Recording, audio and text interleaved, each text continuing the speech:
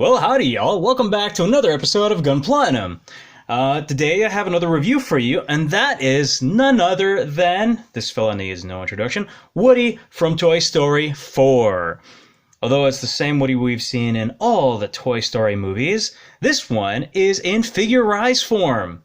Yes, so if you ever wanted to get your very own Woody buddy, but you were too old to get the plush version and you wanted a little bit more of a challenge, Bandai was like, you know what? We got you covered, fam. And, voila. We have him in figurized form. And I'm pretty happy with the build. I mean, he just looks great. Let's give you a full 360. So, this kit, as you see it, basically took zero color correcting. While it does have a couple of stickers for the eyes, and also, I can't even remember what other piece. Yeah, I can't remember what other piece it had a color for aside from the eyes. Oh, the feet. It has stickers for the feet. Yeah, it's what you see is what you get, and honestly, it doesn't even need any type of panel lining. There is a nice little bit amount in different areas to panel line, if you feel so inclined to, but it's a pretty solid kit. Literally, everything that you see here, as you see it, didn't take too much effort. There is a couple of accessories. Oh, I would like to know. So you get a pair of thumbs up hands. You get closed fist, a pair. One's already on.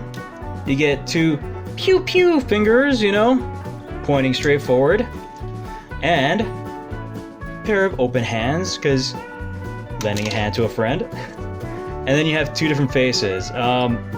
Don't mind this one. The nice thing about this kit is that the eyes are actually, you can move them around, which is, I think, kind of creepy, but at the same time pretty cool. The only one that's pretty fixed is this one, you know, but beyond that, all of them, you know, they're pretty easy to move and manipulate in any which way you want to give Woody a different number of expressions. But yeah, let's move on to it. So I've already settled about the accessories. You already see that it takes virtually zero color correcting. Let's move on to the posability, or the flexibility. I'd like to note that there is no peg for this, so Woody has no hole on the top. That thing can potentially come off quite frequently. Let's start with the shoulders. So it's pretty good movement, you know, he's got like disco hands right there. Pretty straightforward. To the moon as well, you know, it's a good range of motion. It doesn't have too much of a bend on the elbow, but that's okay, you know. It's a toy, of course. Any other way that you would like to pose him, it's pretty straightforward. One thing I'd like to note, around the leg, everything up top is great when it comes to seam lines because nothing shows except for around the waist, but I had to cover that up with a little bit of glue. However, on the belt, on the legs, on the feet, it is pretty noticeable, the seam lines, so I actually did a little bit of cleanup over here just to make it nice and flush, you know, and smooth. But yeah, so you've already seen the arms. It's got a little peg over here on the foot, so you can, you know, put it on the base, which comes included. Bend on the leg, not too much on the forward, it's pretty decent. Not too much on the back, you know. You can do the splits pretty well if you don't have that trigger in the way, so let's just pop that up. See? Pretty good. In terms of the bend on the leg, not too much either. Decent amount on the ankles, right?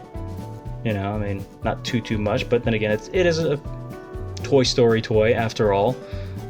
Pretty content calling it a toy at this point rather than a, you know, a model kit, even though you do build it.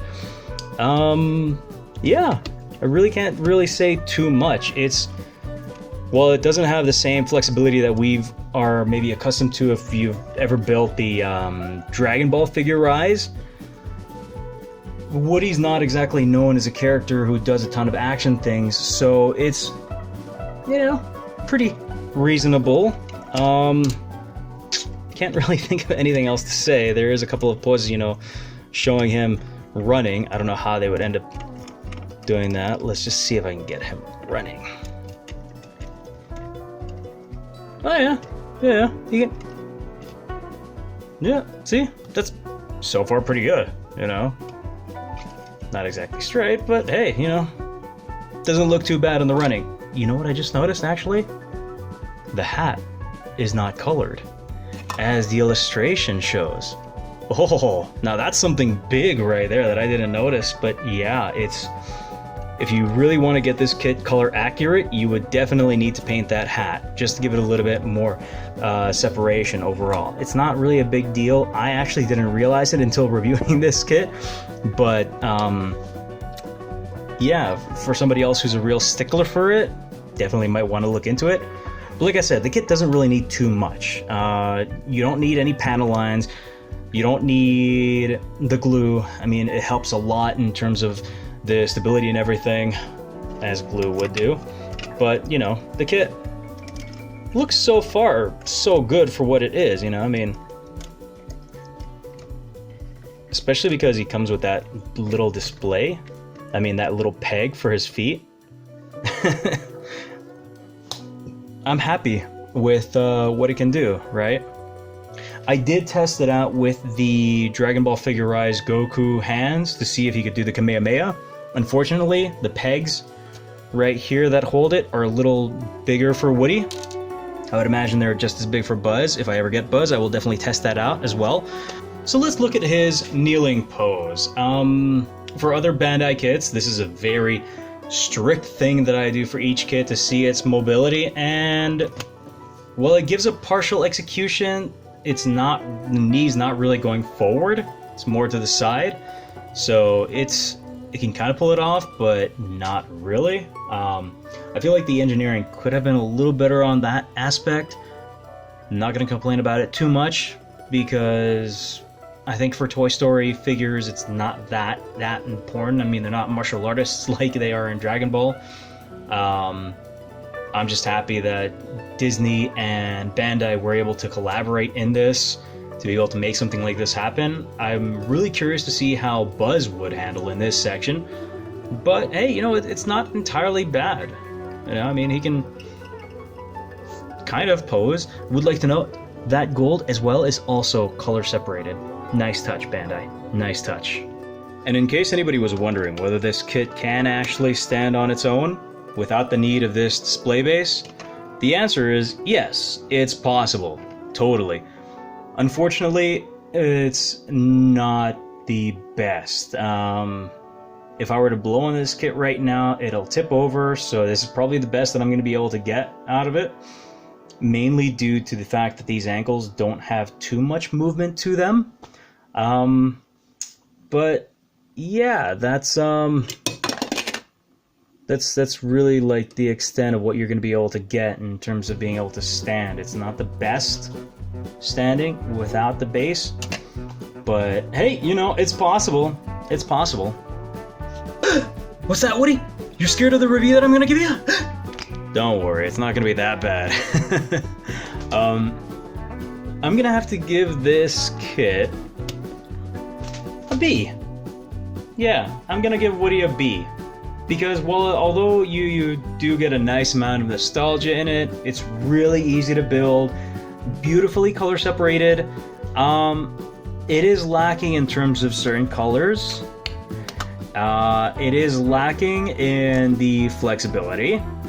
Makes up for a lot of it in the details and, you know, color separation in other areas.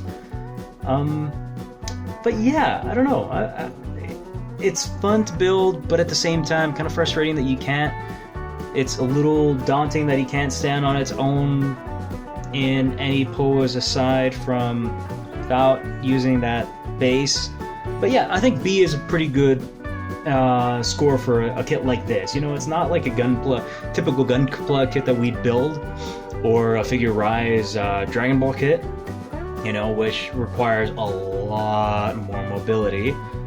But he is a fun kit to build and to have, and you know, if you're a Toy Story fan and from any generation, you're definitely going to enjoy building it. The only note I would make is make sure to use glue because you're gonna have a lot of seam lines all across over here, naturally, and there's no way of covering those up. And yeah, just make sure you have a bit of glue and sandpaper and you'll be good. You'll be able to get some really good results from this. No need to really panel line anything. I mean, you're totally possible to. There's a lot of details to be able to be filled in, but yeah, overall, Toy Story fans would be satisfied. Hobby builders might be okay with it. And yeah, that's all I can really say about this kit.